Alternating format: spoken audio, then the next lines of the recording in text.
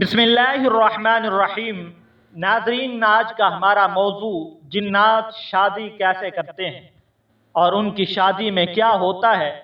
وہ وقت جب مولانا صاحب نے جنات کا نکاح پڑھایا، پھر ان کے ساتھ کیا ہوا، ویڈیو میں ملاحظہ کیجئے۔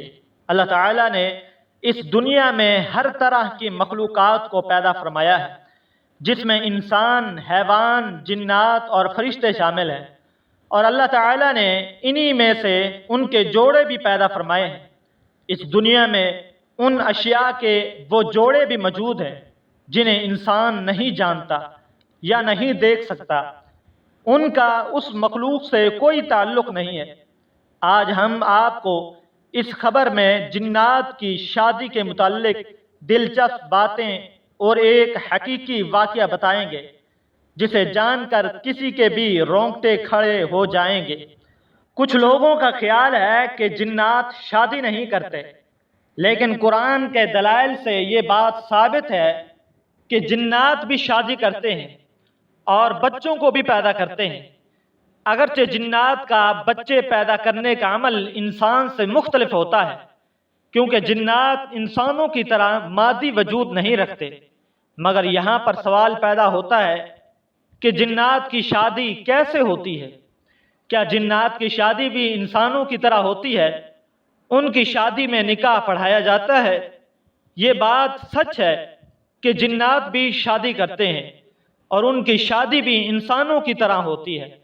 جس طرح انسانوں کی شادی میں ڈھول بجانا، ناچ گانا کیا جاتا ہے، بلکہ اسی طرح جنات بھی اپنی شادی میں ڈھول باجے بجانا اور رقص بھی کرتے ہیں، حتیٰ کہ ان کی شادیوں میں بہترین کھانے پینے کا انتظام کیا جاتا ہے۔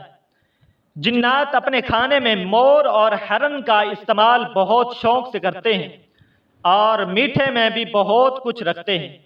ان کا کھانا انسانوں کے کھانے سے زیادہ لذیذ ہوتا ہے۔ جنات کی شادی میں نکاح بھی پڑھایا جاتا ہے، جس کا اعتراف ایک مولانا صاحب نے خود کیا تھا۔ ان مولوی صاحب کا نام نواب علی شاہ ہے۔ انہوں نے واقعہ سنایا کہ میں رات کے کسی پہر سو رہا تھا تو کسی نے دروازہ کھٹکھٹایا۔ میری عادت تھی کہ میں جتنی بھی گہری نیند میں ہوتا ہوں، دروازے پر ذرا سی بھی دستک ہوتی تو میری آنکھ فوراً کھل جاتی تھی، اور یہی وجہ تھی کہ میں اٹھ گیا۔ دروازہ کھولا تو دو اجنبی جوان میرے سامنے کھڑے تھے۔ میں نے ان دونوں کو نہیں پہچانا اور پوچھا کیا کام ہے۔ اس پر انہوں نے کہا، مولانا صاحب، ہمارے ہاں شادی ہے، اس لیے آپ کو نکاح پڑھانے کے غرض سے لینے آئے ہیں۔ میں نے کہا، مجھے معاف کیجئے، میں آپ کو نہیں جانتا اور نہ ہی آپ کو پہچانتا ہوں، کہ آپ کہاں سے آئے ہیں؟ انہوں نے کہا کہ ہم پڑوس والے گاؤں سے آئے ہیں۔ ان میں ایک آدمی نے بتایا کہ اس کا نام جھنجار ہے۔ مولانا صاحب نے دل میں سوچا کہ کافی عجیب نام ہے۔ تھوڑی دیر بعد ان کے ساتھ چل دیا۔ مولانا علی صاحب بتاتے ہیں کہ مارچ کا مہینہ تھا اور رات تھوڑی تھوڑی ٹھنڈی تھی۔ وہ دونوں میرے آگے آگے چل رہے تھے اور میں ان کے پیچھے پیچھے چل رہا تھا۔ آخرکار ہم اس گاؤں کے میدان میں پہنچے جہاں شامیانہ سجا ہوا تھا۔ وہاں خوب رونق اور چہل پہل تھی۔ روشنی کا بھی کافی اچھا انتظام تھا۔ میں ادھر ادھر دیکھ رہا تھا کہ ایک آواز، خوش آمدید مولانا صاحب۔ میرے سامنے ایک شخص شلوار قمیض میں کھڑا تھا جو دولہے کا باپ تھا، اور اس کا نام سردار مانس تھا۔ سردار نے کہا، آئیں، میں آپ کو لیے چلتا ہوں۔